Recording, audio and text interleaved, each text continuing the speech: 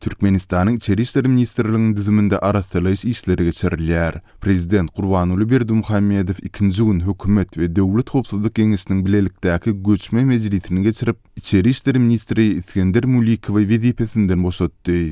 Prezidentiň kararynda onuň işte düýpli kemçilikleri göýberendigi, wezipesinden hyýanatçylykla peýdalanandygy, wezipe ıhtiýarlyklaryny gödök bozandygy aýdylýar.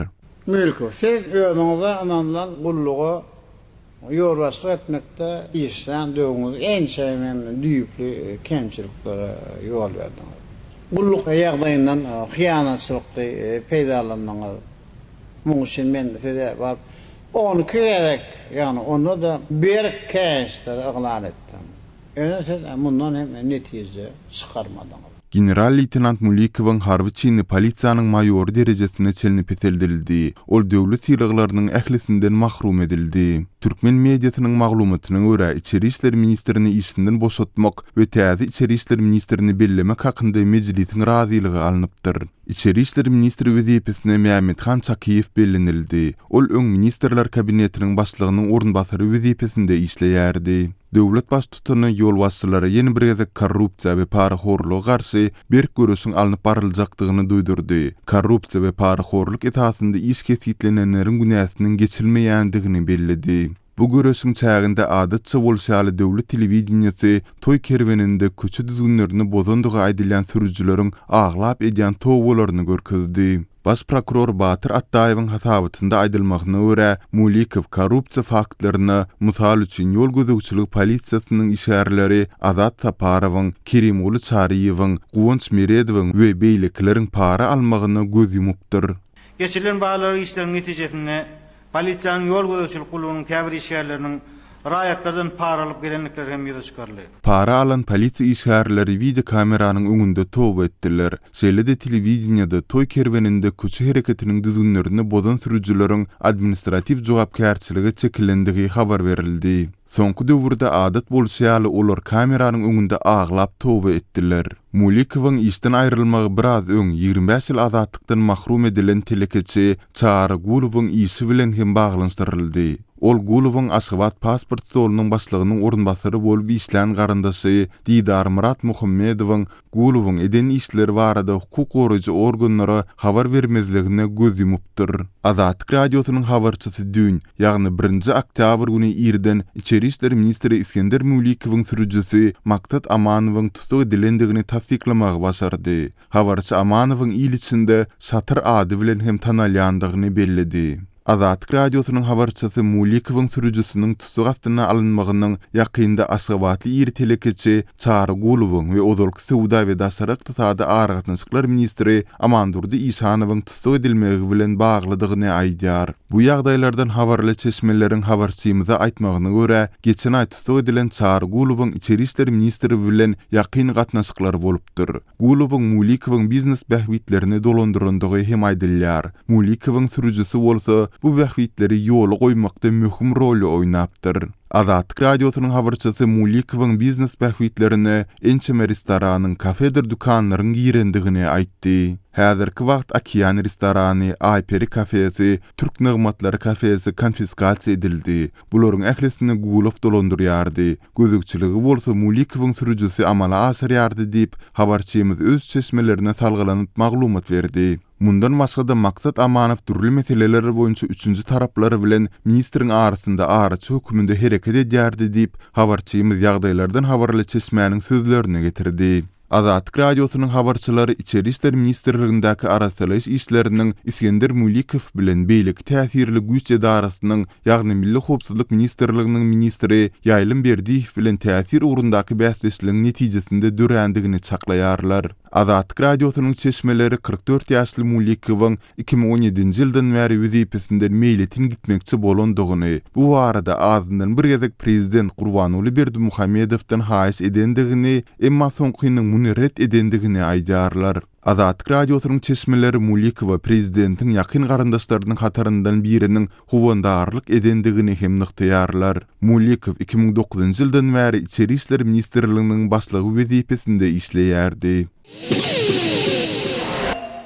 Türkmenistanyň paýtagtynda ýaşaýan çaýlaryň ýerdeminlerinde suw ýygnanýar.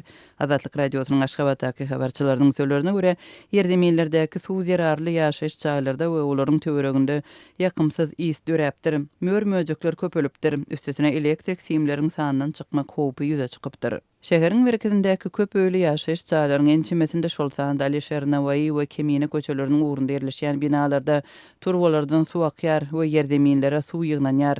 Porsi ýaňa demalar ýaly däl. Bu Aşgabatyň tas merkezi köçelerdir diýip Azatlyň Aşgabatdaky habarçylarynyň biri 30-njy sentýabrda habar berdi. Azatlyk radiosynyň habarçylarynyň we dinleýijileriniň aýtmagyna görä, suw geçiriji turbolaryň sanynyň çykmagy we ýerdeminlerde suwuň ýygnanmagy ýaly ýagdaý şu günler Aşgabatyň merkezi bölekleriniň bir näçesinde şol sanda Oğuzhan, Nur Muhammed Andalip köçelerinde we parahat 3, parahat 5, parahat 6 we howdan etrapçylarynda ýerleşýän ýaşaýan çaýlarda duş gelýär. Kanalizasiýanyň hapalary göni ýerdeminlere akyp barýar. Ýaşaýjylar binýadyň çöken ýerleriniň bardygyny aýdarlar. Bu etraplaryň merkezi ýerleşýänligi sebäpli bu ýagdaýdan häkimiň özi habar edilipdir. Emma beceriş üçin pul ýok diýip habarçylarymyzyň biri aýdar. Azatlyk radiosu Aşgabatyň häkimliginiň özünden resmi maglumat alyp bilmedi. Şol wagtyň özünde de habarçylarymyzyň söýlerine görä, ýerdeminlerine suw basan jaýlaryň ýaşaýjylary bu ýagdaýyň elektrik simleriň sanynyň çykmagyndan we hatda ýangyna sebäp bolmagynyň ehtimallygynyň howatyrlanýarlar.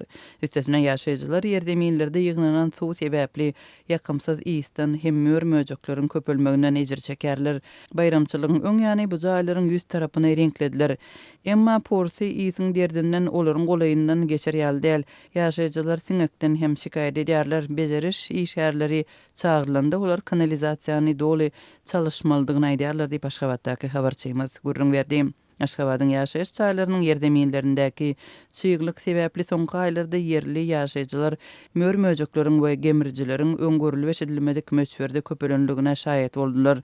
Şöýlüň tomsunda howdan bu etrapçysynyň ýaşaýjylary büreleriň köpelmegine tede bar boldular. Şol bıraktyra 11-nji etrapçysynyň ýaşaýjylary sıçanlaryň öňgörüli we edilmedik möçberde köpelmegine duçar boldular. Şeýle Aşgabatda şöýl paýtagtda bolan güýçli ýagynlar hem binalaryň ýerdeminleriniň suwdan dolmagyna getiripdi. Türkmenistana iş ýa-da okuw maksady bilen Demirgazy Kipra barýan raýatlaryň hereketiniň çäklendirilmegi bilen bagly habarlaryň gelip gowuşmagy dowam edýär. 1-nji oktýabrda howpsuzlyk ýagdaýlary sebäpli gezginlik şertlerine habarlaşan bir Türkmenistanly Demirgazy Kiprda ýokary bilmelýän gyýyz ogunyny Aşgabatdan çykarmak üçin goloýda özleriniň türkmen häkimiýetlerine $1000 dollar para bermäge mejbur bolanlyklaryny aýdýar. Ol mundan azal 19-njy awgustda Azatlyk radiosy bilen habarlaşyp Tomosku diýen çalyş üçin Demirgazy Kiprden Türkmenistana baran student gyýyz ogunynyň Aşgabatyň aeroportunun ýygyna goý berilmeýänligini habar beripdi. Atlandyrylmazlyk şertine çykyş eden raýat 1-nji oktýabrda ýeberen maglumatyny şeýle diýär. Kiprde bilim alýan gyýyz ogunynyň ýurtdan goý berilmeýänligi barada mundan azal size habar beripdim. Onuň okuwy tamamlamagyna 1 ýyl galypdy. Şonu biz raýatlaryň ýurtdan diňe Kiprň Demirgazyk bölegine goý berilmeýänligini pikir edipdik. Ýöne häzirki wagtda başga ýurtlarda bilim alýan köp sanly studentiň hem Türkmenistandan goý berilmeýänligini görýäris. Ýöne bilşiňiz ýaly pul hemme zady çödýär diýip Türkmenistanly gurrun berýär. Ol awgust aýyna gyýyz ogunynyň ýurtdan çykmak üçin eden netijesiz syýnanşyklaryndan soň Aşgabatda häkimiýetleri araçlaryň üstü bilen para bermäge mejbur bolanlyklaryny gurrun berýär. Biz gyýyz ogunymyzy ýurtdan çykarmak üçin ähli ýollary syýnap bir araç aýal tapdyk. Ol $5500 sorady. Näme üçin beýle gymmat diýip soranymyzda ol meniň gyýyz ogunymyň ýurtdan çykmagyna resmi gadagançylygyň girdilendigini aýtdy diýip gurrundaşymyz aýdýar. Biz gaty alad etdik. Gyýyz ogunum hiç ýyly kanuny bozmady. Kiprde kanuny esasda ýaşady. Wizasy bilen bagly hem problema ýokdy. Olar bolsa bize oňa resmi gadagançylygyň girdilendigini aýtdy. Soňra biz başga bir araç tapdyk. Ol $2750 sorady. Hem de gyýyz ogunymyň ýurtdan çykmagyna hiç ýyly resmi gadagançylygyň girdilmänligini aýtdy diýip Türkmenistanly gurrun berýär. Ol häkimiýetleriň raýatlary para bermäge, jenaýata baş goşmagy iterýänligini aýdýar. Ýöne biziň başga alajymyz ýokdy. Şol sebäpden biz para bermeli bolduk. Ol uçtu hemme zat gülü ýaly diýip gurrundaşymyz aýdýar. Gelip gowuşýan maglumatlara görä türkmen häkimiýetleri iýulyň ortalaryndan bäri raýatlaryň hususan Demirgazy Kipra gitmeklerini çäklendirip gelýär.